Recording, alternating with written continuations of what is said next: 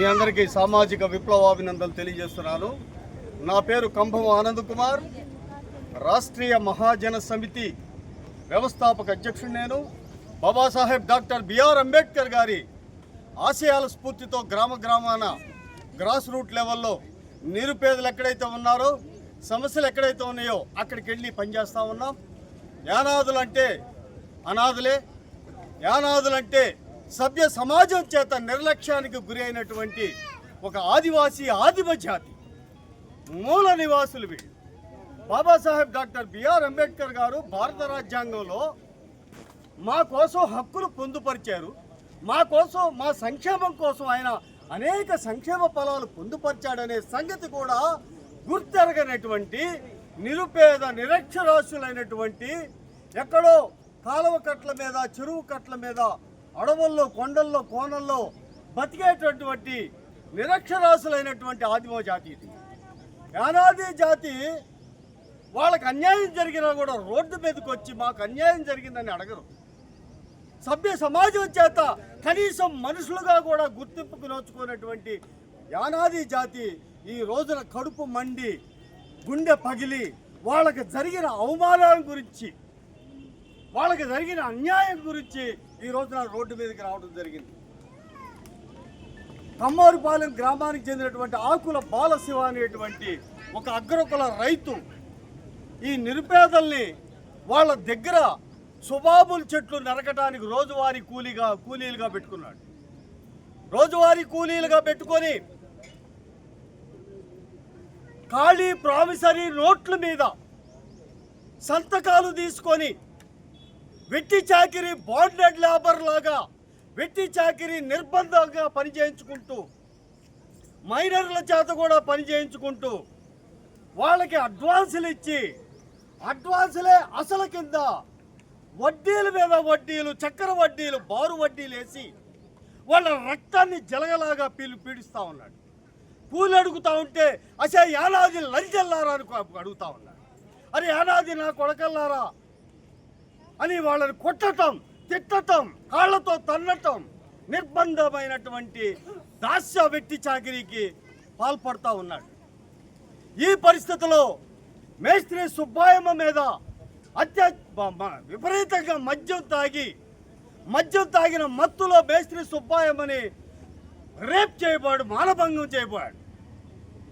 ఆమెని ఎక్కడ పడితే అక్కడ కొరికి ఇష్టానుసారంగా, అసలు ఆడదే కాదు ఇది అన్నట్టుగా, వీళ్ళు అసలు యానాదులు అంటే పురుగులు కట్టే హీనం, పేడ పురుగుల్లాగా నలిపేసేటువంటి హీనమైనటువంటి మనుషులుగా వాళ్ళని గమనిస్తూ మేస్త్రి సుబ్బాయమ్మ మీద అత్యాచారానికి పాల్పడితే ఆమె వాళ్ళ దగ్గర నుంచి పని మానేసిందనే కోపంతో 2024 సంవత్సరం 19వ తారీఖున డిసెంబర్ నెలలో సత్తెనపల్లి నియోజకవర్గం ముప్పాళ్ళ మండలం తురకపాలెం గ్రామంలో జూగుంటి రాంబాబు అనేటువంటి ఒక ఎస్సీ మాల రైతు దగ్గర వీళ్ళు పని చేసుకుంటా ఉన్నారు.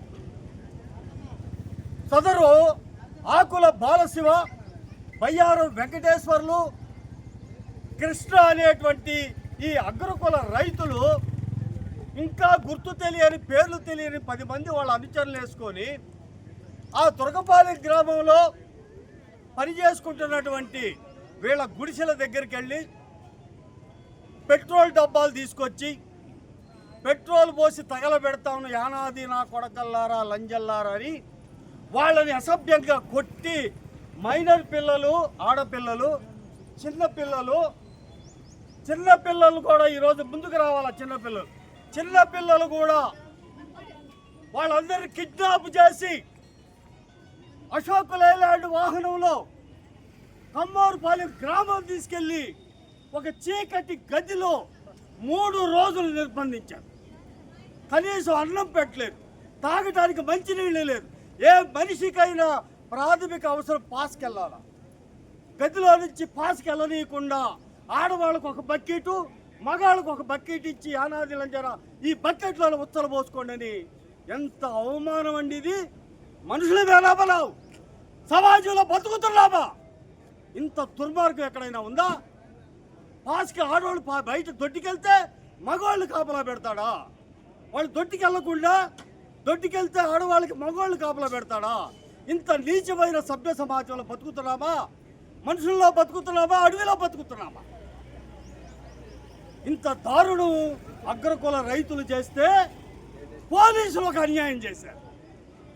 పోలీసులు ముద్దాయిల్ని అరెస్ట్ చేయకుండా, ముప్పాళ్ళ పోలీసులు తక్కువ కేసులు పెట్టి ఎఫ్ఐఆర్ ముద్దాయిల్ని అరెస్ట్ చేయకుండా శిక్షలు పడని సెక్షన్లు పెట్టి, శిక్షలు పడి ఛార్జ్ షీట్లు పెట్టి కోర్టుకి సబ్మిట్ చేసి కోర్టులో కేసు పోయే విధంగా పోలీసులు మళ్ళీ ఒకసారి బాధితులకు అన్యాయం చేశారు. ఈ రోజున కడుపు పండినటువంటి యానాది జాతి రోడ్డు మీదకి వచ్చింది, వాళ్ళ హక్కుల కోసం పోరాడుతుంది. ఈ పసిబిడ్డలు కూడా గదిలో 3 రోజులు ఉన్నారండి. ఆ గది చుట్టూ వీళ్ళు పారిపోతారేమోనని కరెంటు పెన్సింగ్ పెట్టిన దుర్మార్గుడు వాడు ఆకుల బాలశివ అనేవాడు. ఎంత దుర్మార్గం అండి! కరెంటు పెడతావా పారిపోతారని. మనం మనుషులుగా, మనం మనుషులుగా బతుకుతున్నామా లేదా జంతువులా? మనం వీళ్ళేమైనా మనుషులా పందులా? పోలీసు వారు చేసిన అన్యాయం మామూలు అన్యాయం కాదు. మరొకసారి వీళ్ళు దగా పడ్డారు. అందుకే గౌరవనీయ ఎస్పీ గారిని కలిసి పసిబిడ్డలు 3 రోజులు బందీలుగా ఉంటే ఫోక్సో కేసు పెట్టవా నువ్వు? మైనర్ 10 సంవత్సరాల బాలులు వీళ్ళుంటే ఫోక్సో కేసు కట్టండి. ఫోక్సో కేసు కట్టలేదు. ఎంత దారుణం అండి! ఛార్జ్ షీట్ వీక్, బలహీనమైన ఛార్జ్ షీట్ పెట్టారు. రేపు కోర్టులో పెట్టేది పోతుంది. సాక్ష్యాధారాలు పెట్టలేదు, ఐ విట్నెస్లు లేవు, సిడిఆర్ లేదు, ఏమీ లేదు. నిర్లక్ష్యం. నిరుపేదలంటే పోలీసు వారికే కాదు, ఈ సభ్య సమాజానికే గుర్తింపు లేదు. పురుగుల్లాంటి ఆదివాసీ యానాదులు ఈ రోజున మరి గౌరవనీయ పల్నాడు జిల్లా కలెక్టర్ గారిని కలిసి నష్టపరిహారం కావాలి, ఇళ్ళు లేని నిరుపేదలు ఉన్నారు, ఇళ్ల స్థలాలు కావాలి, పక్కా గృహాలు కావాలి, వ్యవసాయ భూమి కావాలి 3 ఎకరాలు, అట్లాగే చేపల చెరువులు, చేపలు అమ్ముకునే మరి వాహనాలు, ఫైబర్ పడవలు, ఇవన్నీ కూడా వాళ్ళ కోరికలు, కనీస కోరికలు. ఎవరి జేబులో డబ్బులు వచ్చే అవసరం లేదు. బాబాసాహెబ్ డాక్టర్ బిఆర్ అంబేద్కర్ గారు రాసిన సంక్షేమ రాజ్యాంగంలో ఉన్న హక్కుల ప్రకారం ఇవ్వమని ఈరోజు గారు కలెక్టర్ గారు కలవబోతాం. జోహార్ డాక్టర్ బిఆర్ అంబేద్కర్, జోహార్ డాక్టర్ బిఆర్ అంబేద్కర్.